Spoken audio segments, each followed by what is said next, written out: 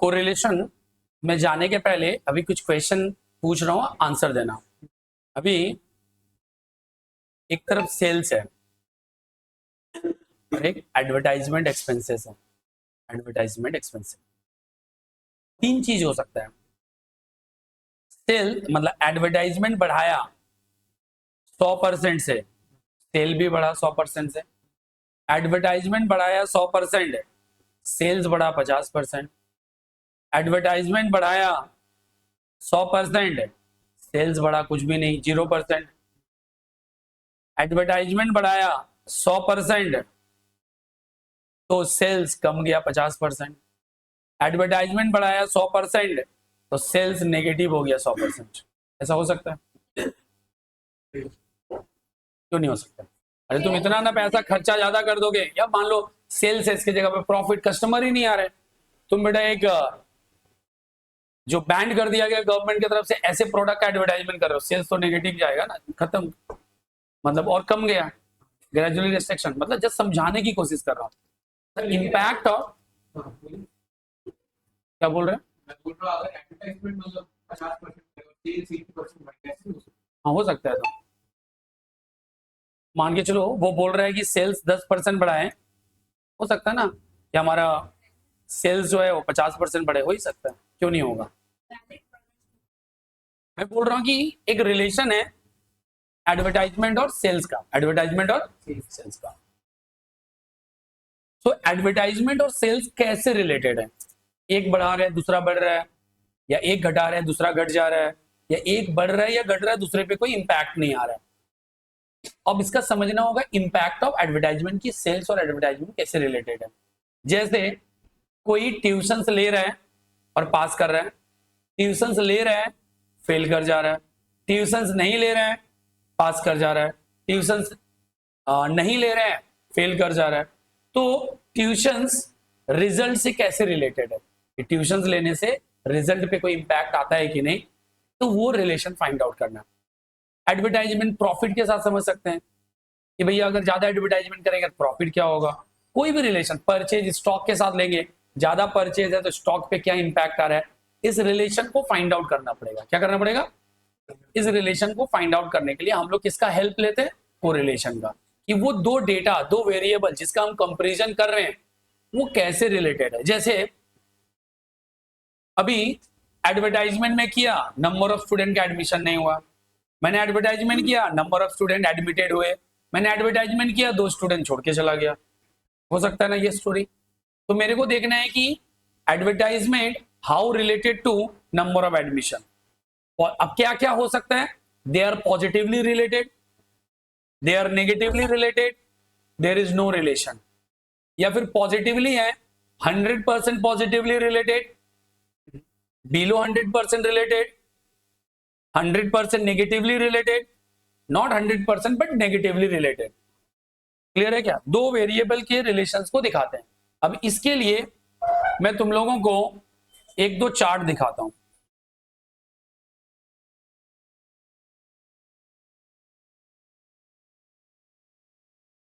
क्या वो उल्टा,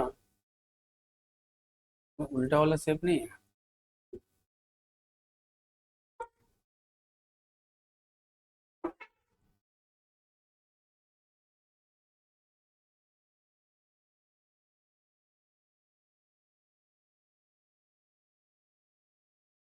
डिमांड कर्व कैसा होता है?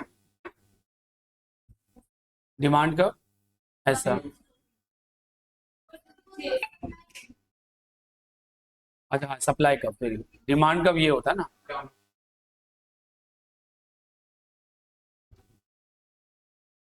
अगर दोनों डेटा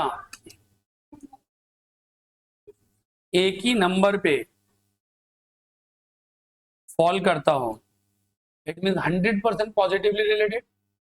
दोनों है but not on the straight line, but आसपास है, very close, means positive but not 100% positive. Similarly 100% negative हो या आसपास हो,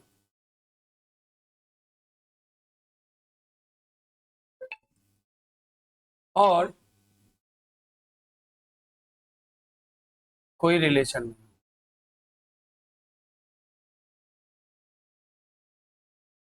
एक और होता है,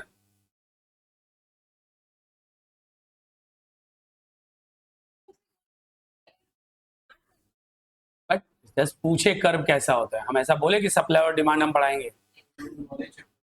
अरे हम बोले कि सप्लाई और डिमांड का कर्व कैसा होता है, एक पॉजिटिव स्लोप होता है, एक नेगेटिव। ये मेरा पॉजिटिव है, सप्लाई में होता है, डाउनवर्ड्स होता है, डाउनवर्ड। एक ऐसा कर्व होता है।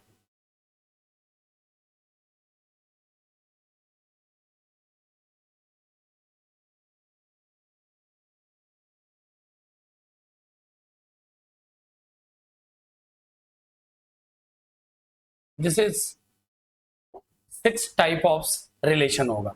रिलेशन को कैसे लिखेंगे, यहां R इज इक्वल टू +1 है।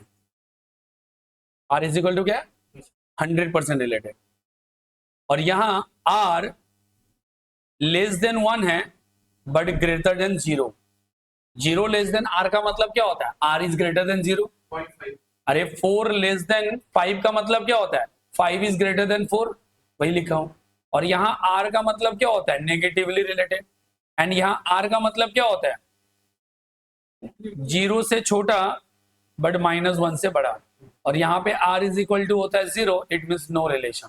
And this is called curvilinear relationship. क्या बोलते हैं, curvilinear, because the curve, so curve, हाँ, curvilinear relationship. In curve relationship, क्या रिलेशनशिप, कर्व से जो रिलेशन बन रहा हो, कर्व के जैसा एक रिलेशन। अभी दिखा देता हूं ना। हो गया ये, क्या ये स्टाइल में R का वैल्यू आ सकता है। सो हम अगर एडवर्टाइजमेंट चलाएंगे तो जिस पर्सन में एडवर्टाइजमेंट चला रहे हैं वैसा ही मेरा एडमिशन बढ़े, या ज्यादा खर्चा कर रहा हूं एडमिशन बढ़ा है बट नॉट सेम क्वांटम, बढ़ सकता है। मैंने एडवर्टाइजमेंट तो बहुत किया, एक भी स्टूडेंट उस एडवर्टाइजमेंट से नहीं आया, it means no relation. Advertisement का कोई मतलब ही नहीं है, एडवर्टाइजमेंट करना ना करना। समझ में आया क्या। तो हमें किसी दो डेटा का रिलेशनशिप निकालना है। अब इसके लिए कोरिलेशन में जाएंगे। So we have the multiple types data, नीचे अलग अलग तरह का वैल्यूज है। स्ट्रेट लाइन ड्रॉ नहीं किया, वो लोग देख रहे हो आसपास, not equals to. And this is the curve relationship. And this is, अच्छा, कर्व रिलेशनशिप का भी वैल्यू क्या होगा, R इक्वल टू 0 ही होगा। क्या होगा, R इक्वल्स टू 0 ही होगा।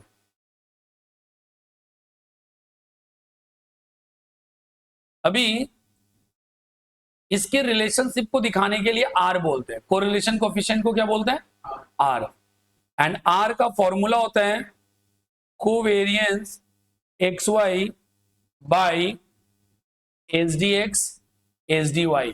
अब क्या मैं तुम SD मतलब स्टैंडर्ड डिविएशन, ये सिंबल ऑफ SD बताया था ना, SD स्टैंडर्ड डिविएशन सिंबल होता है। ठीक है, इसका जो एग्जैक्ट सिंबल होता है,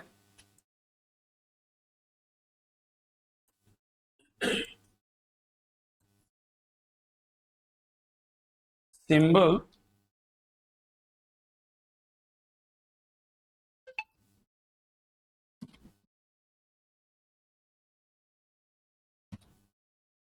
ये होता है, बट इतना डिफिकल्ट ड्रॉ नहीं करना। ये वाला डायग्राम, ये इसको ASD का सिंबल होता है। ठीक है, समझ में आ गया क्या।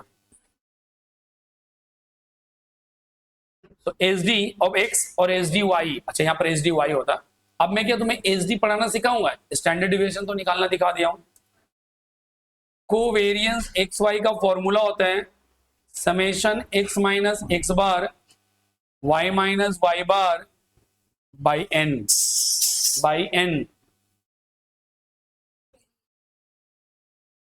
Covariance X minus X bar Y minus Y bar divided by N।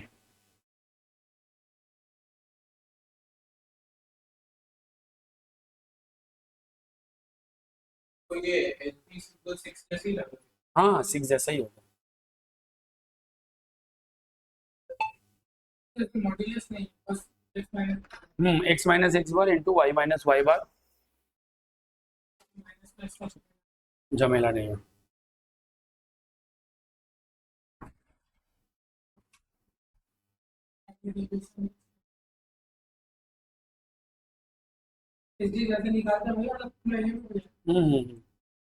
अगला formula summation X Y by N, summation X by N into summation Y by N as a whole divided by summation X square by N minus summation X by N. किसका formula है ये? H D का formula है। Summation Y square by N minus summation Y by N. अभी करवाए ना H D में यही फॉर्मूला यार, ये तो फॉर्मूला होता है। ये हो गया लॉन्ग फॉर्मूला। क्या हो गया? ये दो फॉर्मूला से हम लोग सॉल्व करेंगे। लिखो लिखो लिखो, फटाफट लिखो। ओके, नोट कर लिए? अभी देखो अगला। अब इसका कुछ प्रॉपर्टीज है, जैसे याद है कोरिलेशन, स्टैंडर्ड डिविएशन का प्रॉपर्टीज था, एमडी का प्रॉपर्टीज था, मीन का प्रॉपर्टीज है, तो वैसे ही कोरिलेशन कोफिशिएंट का प्रॉपर्टीज है।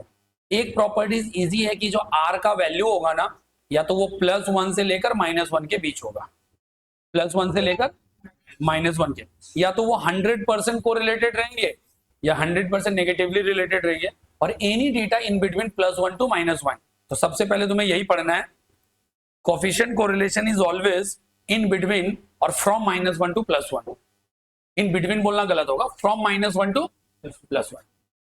इधर देखो, कोरिलेशन कोफिशिएंट जो होता है वो यूनिट फ्री होता है। मान लो एडवर्टाइजमेंट का खर्चा, नंबर ऑफ एडमिशन, नंबर में भाई दोनों का रिलेशन निकल जाएगा, कोई भी यूनिट का इंपैक्ट नहीं पड़ेगा।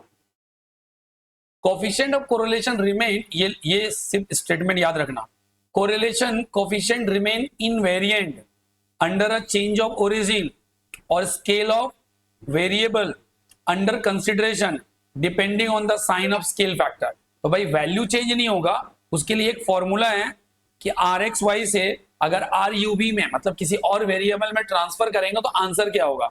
जस्ट ये डेटा नोट कर लो, साथ में ये वाला फिगर और ये वाला फॉर्मूला, मतलब तीन जो सर्कल किया हुआ है, ये तीन सर्कल को जस्ट नोट कर लो।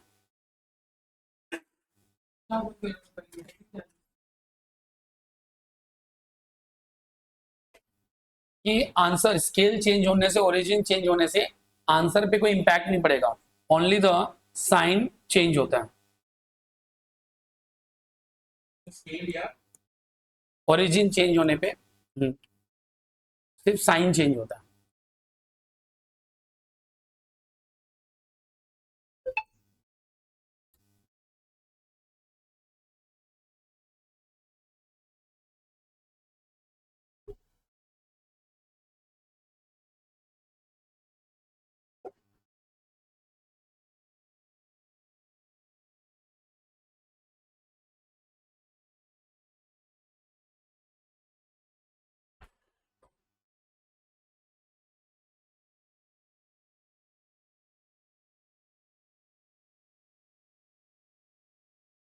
देखो यहाँ पे निकालेंगे rank correlation 1 - 6 summation D square N in bracket N square +1।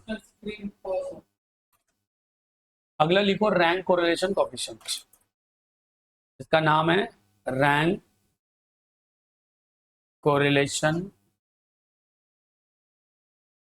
Coefficient.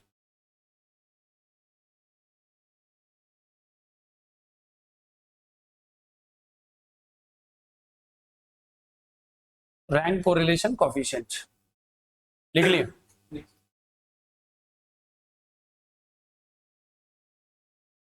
D equals to R1 - R2। D equals to क्या हो जाएगा? R1 - R2।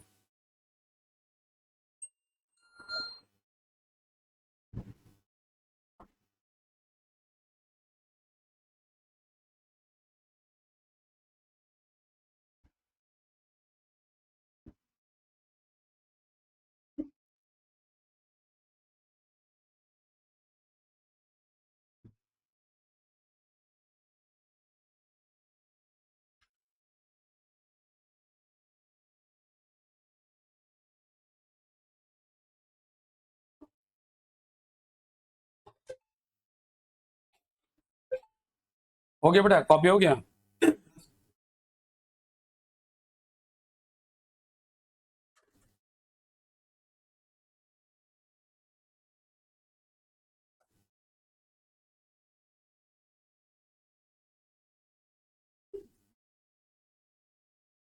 देखो नेक्स्ट इसका जो अगला पार्ट है, रिपीटेड रैंक अगर हुआ तो क्या करेंगे? रिपीटेड रैंक के लिए फॉर्मूला यही होता है, 1 माइनस 6 समेशन डी स्क्वायर के साथ है क्या? चेक कर लो तो, नहीं अलग है। क्या करेंगे? 6 summation D square plus summation T cube minus T by 12 as a whole divided by ये वाला पोर्शन माइनस टी, और नीचे हो जाएगा n minus n in bracket n square plus 1। नीचे वाला सेम रहेगा, डिनोमिनेटर पार्ट सेम रहेगा। रिपीटेड रैंक होता क्या है, जब सॉल्व करेंगे तो दिखा देंगे। फटाफट कॉपी कर लो एक बार।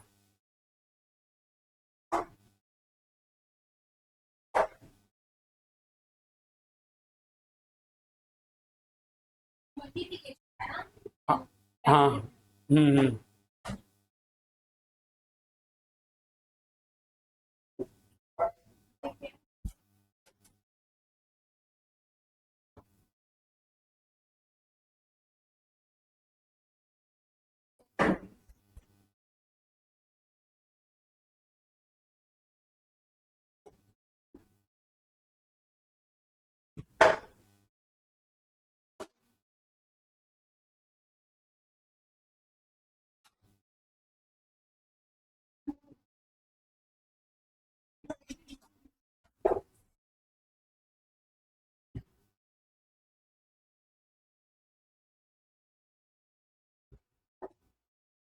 इसके बाद इसका रिग्रेशन है। रिग्रेशन आज हम लोग नहीं करते, हम लोग सिर्फ कोरिलेशन पे आज फोकस करेंगे। एक और लिखो, मोस्ट इंपॉर्टेंट पार्ट लिखो, कोफिशिएंट ऑफ कॉन्करेंट डेविएशन लिखो, coefficient of concurrent deviation, concurrent of coefficient of concurrent deviation RC, उसका फॉर्मूला होता है आरसी। इसको हम लोग बोलते हैं coefficient of concurrent deviation.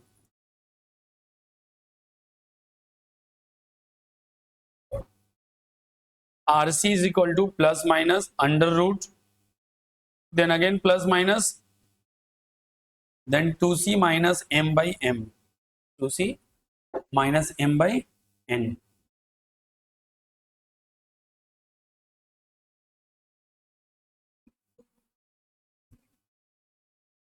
2C minus m by n।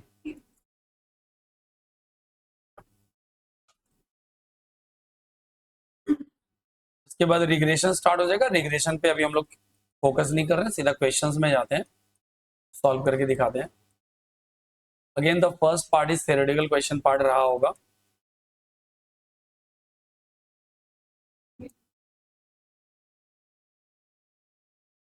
तुम लोग थ्योरेटिकल घर पे कर नहीं रहे हो जैसे तुम लोग के बातों से लग रहा है, क्यों? तो कोई खुशी की बात तो है नहीं।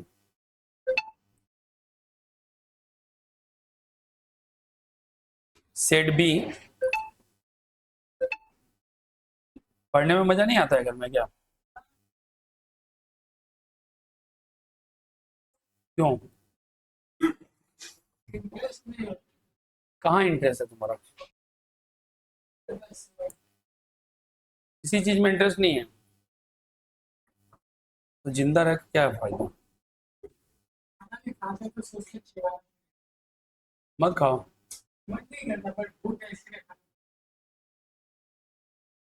समझ गए, तुम लातों के भूत हो।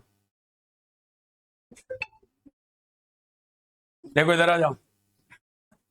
आंसर देखो पहला है, if the two variables X and Y covariance, तुम्हें पता है कोवेरियंस एक्स वाई दिया गया है 40, variance of X equal to 16, और यहां दिया गया है वेरियंस ऑफ वाई 256।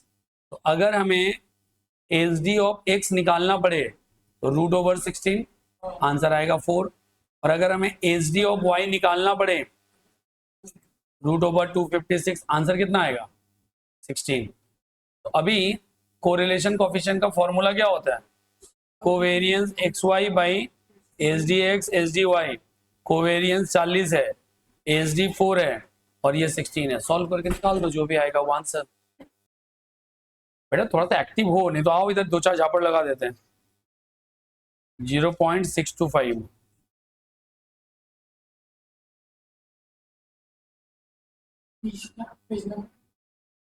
मुझे क्या पता पेज नंबर लिख के क्या करोगे। क्वेश्चन नंबर 2 के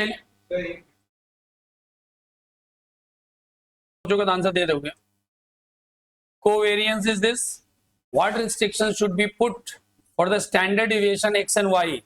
अभी देखो इधर कोवेरियंस में ऊपर जो भी हो नीचे या तो ऊपर के इक्वल होना चाहिए और नहीं तो ग्रेटर होना चाहिए वाई, क्योंकि अगर ऊपर 10 और नीचे 8 ले लेंगे आंसर 1 पॉइंट समथिंग आएगा, which is not allowed because R का आंसर 1 to -1 के बीच आना चाहिए।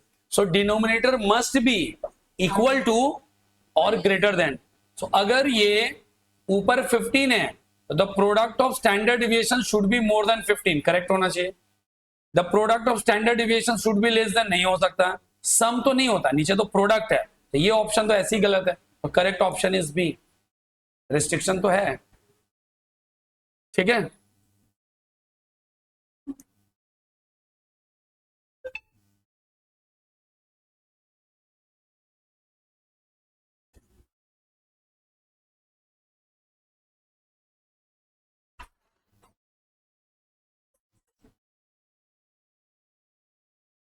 फॉर्मूला लिखा हुआ है, ये एक बार सॉल्व करके बताओ। इसमें से 6 छोड़कर 6 को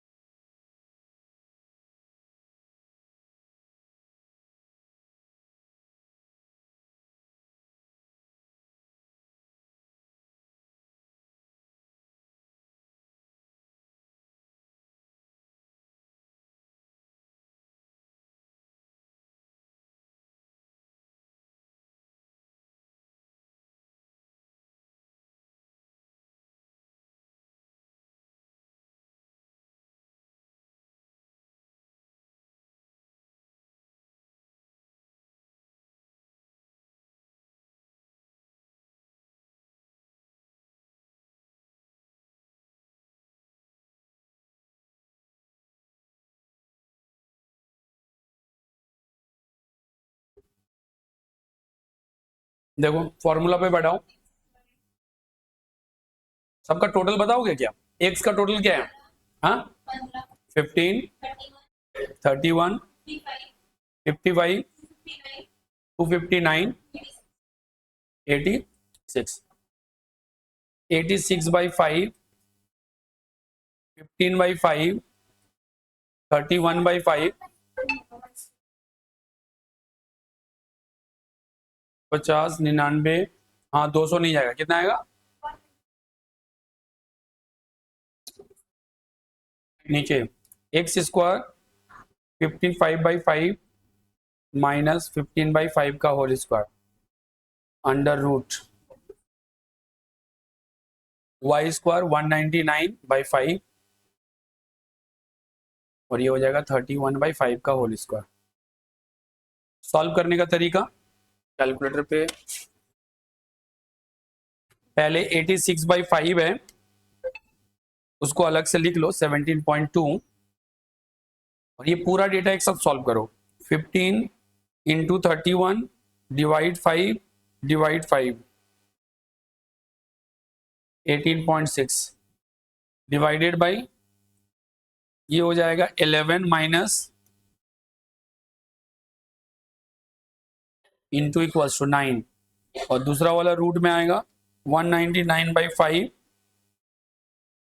39.8 minus 31 divided by 5 into equals to 38.44 17.2 minus 18.6 1.4 ये हो जाएगा √/2 इंटू, या डायरेक्टली हम लोग क्या कर सकते हैं, रूट निकाल के ही लिख देंगे। 2 रूट का बटन दबाएंगे, this figure is 1.4142 into 39.8 minus 38.44 and then root का बटन प्रेस करेंगे तो इंटू आएगा 1.166 सॉल्व कर देंगे। 1.4 डिवाइड 1.4142 डिवाइड 1.166 0.849। हाँ बेटे, नीचे जब दो मल्टीप्लिकेशन हो तो ऊपर वाले के साथ तो दोनों ही डिवाइड है ना, हम तो ऊपर वाले के साथ कर रहे हैं, और मल्टीप्लाई मत दबा देना बटन, समझ में? तो देखो 20 डिवाइडेड बाई 5 इंटू 6, तो 20 से ये भी डिवाइड है, 20 के लिए ये भी डिवाइड है, तो मैं कैलकुलेटर पे क्या कर रहा हूँ 20 divided by 5 again divided by 6 into मत कर देना क्योंकि वो दोनों ही डिनोमिनेटर पार्ट है। करो तो तब तो कोई दिक्कत ही नहीं है। अब तुमको मन करता है तो इसको मल्टीप्लाई करो इतना पॉइंट में, फिर जो आंसर आएगा उसको लिखो, फिर डिवाइड करो। लॉन्ग वे में जाने से कोई रोकने वाला नहीं है तुमको। 20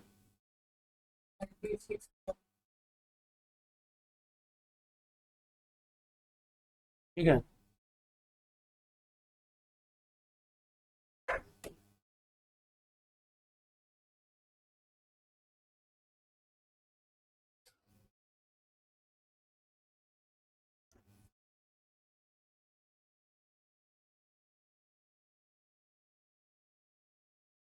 नेक्स्ट हो गया नहीं है? अगर सब्सट्रैक्शन नेगेटिव है तो पूरा का पूरा डेटा ही नेगेटिव होगा। यस देखो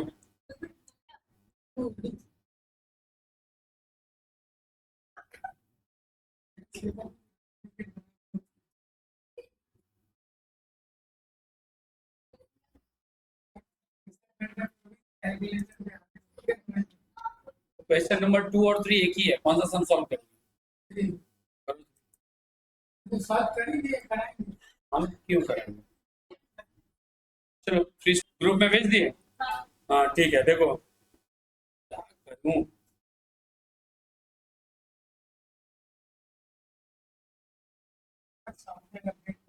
तो इन लोगों को दोनों को पीटेंगे तो इधर ही बेहोश हो जाएगी। वो तो गलती नहीं करती, ये करती है बीच में गलती, इसलिए मार नहीं पाता कि बेहोश हो जाएगी, फिर लो हॉस्पिटलाइजेशन का चक्कर आएगा। ठीक है चलो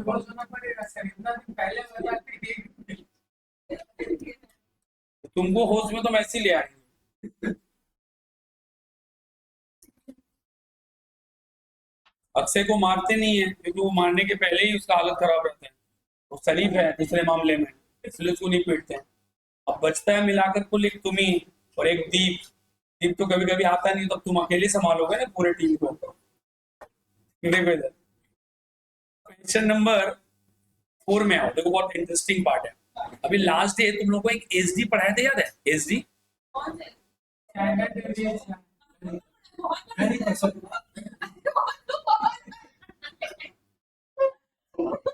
जब एसडी में एक रेक्टिफिकेशन ऑफ एरर है, क्या है ना? रेक्टिफिकेशन ऑफ एरर, तो वहां पर याद है जो नॉर्मल फॉर्म में था, रॉन्ग डेटा को नॉर्मल फॉर्म में माइनस कर रहे थे, नॉर्मल फॉर्म में ऐड कर रहे थे करेक्ट डेटा, और अगर स्क्वायर होता था स्क्वायर फॉर्म में ऐड, स्क्वायर फॉर्म में लेस। अभी देखो हमारे पास क्या क्या डेटा है वो देखो। हमारे पास डेटा है समेशन एक्स वाई है विच इज 414। 41 मत लिखो, पहले मुझे लिखने दो।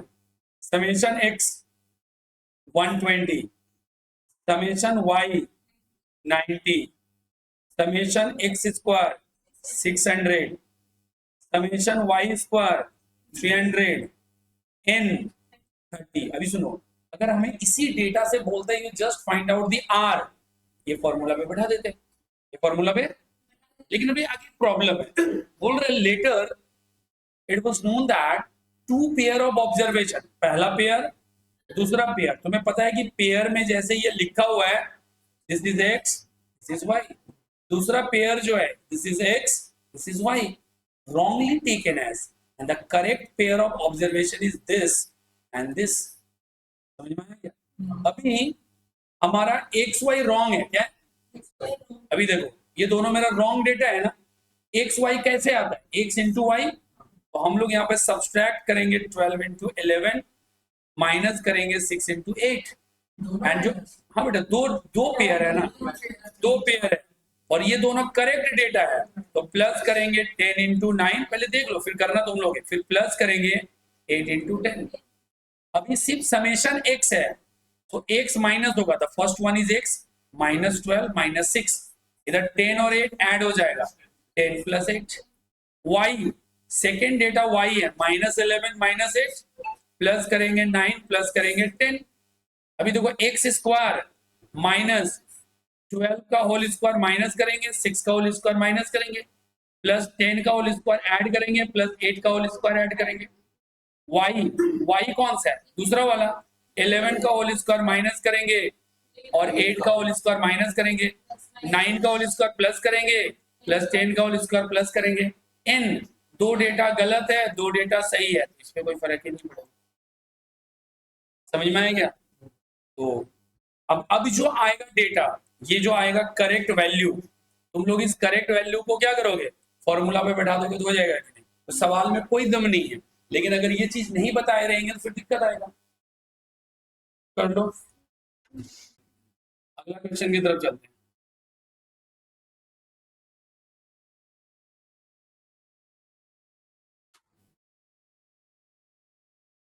क्वेश्चन नंबर 5 घर से करोगे?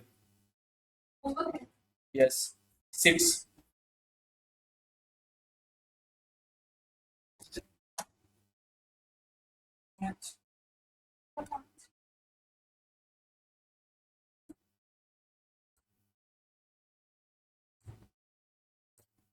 For two variables x and y, it is known that covariance xy given है, covariance xy given है कितना?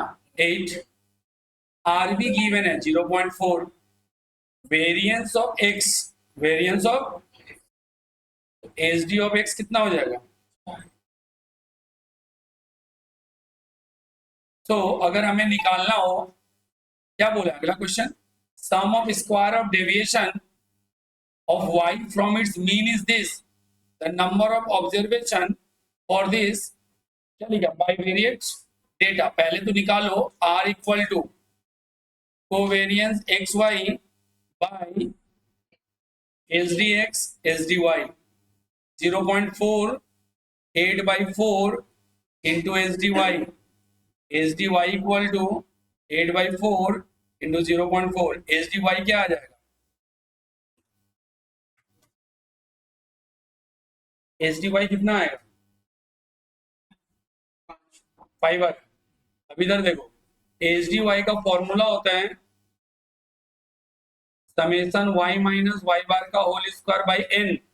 एच डी वाई तो 5 आया हुआ है, वाई माइनस वाई बार का आंसर दे दिया है 250 डिवाइडेड बाई एन, कर देंगे स्क्वायरिंग बोथ साइड, ये हो जाएगा 25 इक्वल्स टू 25 बाई एन, 25 से घटाएंगे 10, एन इक्वल्स टू 10, आंसर आ गया एन इक्वल्स टू 10। क्वेश्चन को समझो, पहले हमारे पास एच डी वाई निकालेंगे, और अब देखो, अब कोई बोलेगा सर एच डी वाई का फॉर्मूला नहीं पता। अरे भाई मीन मोड मीडियन को मेजर ऑफ डिस्पर्सन में यही तो पढ़ा है, क्यों नहीं पता होगा ये फॉर्मूला?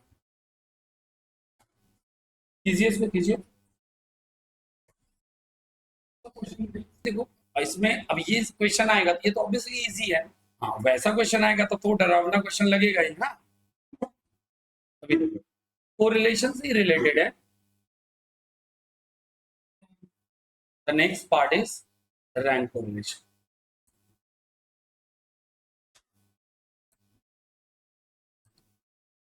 रैंक कोरिलेशन के लिए कैसे करते हैं?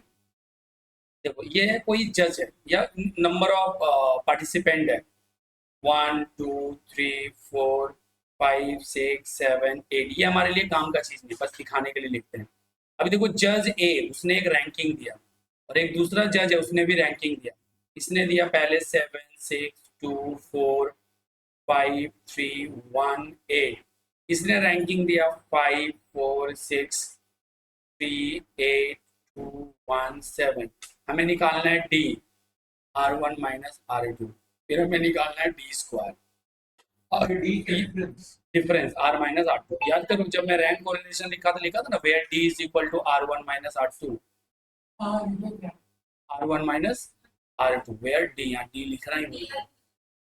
अभी देखो 7 minus 5 2, 6 minus 4 2, 2 minus minus 6 minus 4 1 minus 3 1 0 1, D square 4 4 16 1 9 1 0 1, इसका टोटल कर लो 8 24 25 25 35 36, ये हो जाएगा R equal to 1 minus 6 summation D square by N in bracket N square plus 1, 1 minus 6 into summation D square 36 divided by N, N कितना है 8, bracket में हो जाएगा 8 स्क्वायर प्लस 1,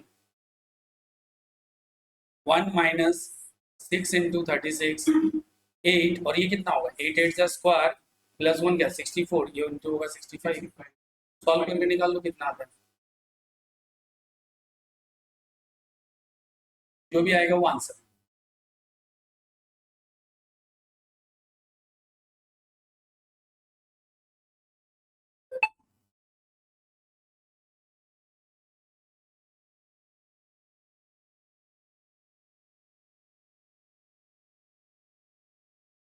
और इसका भी आंसर वैसे ही आएगा।